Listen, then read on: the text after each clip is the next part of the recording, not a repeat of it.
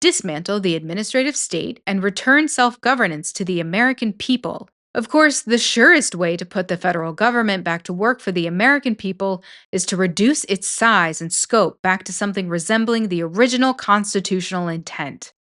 Conservatives desire a smaller government, not for its own sake, but for the sake of human flourishing. But the Washington establishment doesn't want a constitutionally limited government because it means they lose power and are held more accountable by the people who put them in power.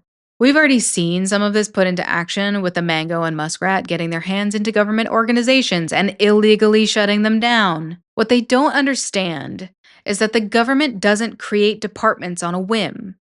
It means there was a gap that needed to be filled, and that's what that department does. With USAID, most people only see money being funneled into other countries.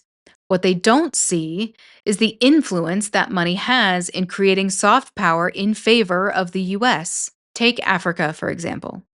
There are areas in Africa where China has essentially bought influence by providing money to build a community, and in exchange, China can build a military base. Now, China has a military base in those countries.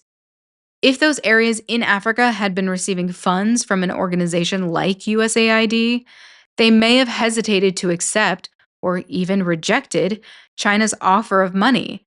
And that would have prevented China from gaining a foothold there. That's the kind of thing that USAID does. But by shutting it down without thinking, the mango and muskrat have left the US vulnerable to losing ground to countries who want to take advantage of that vulnerability.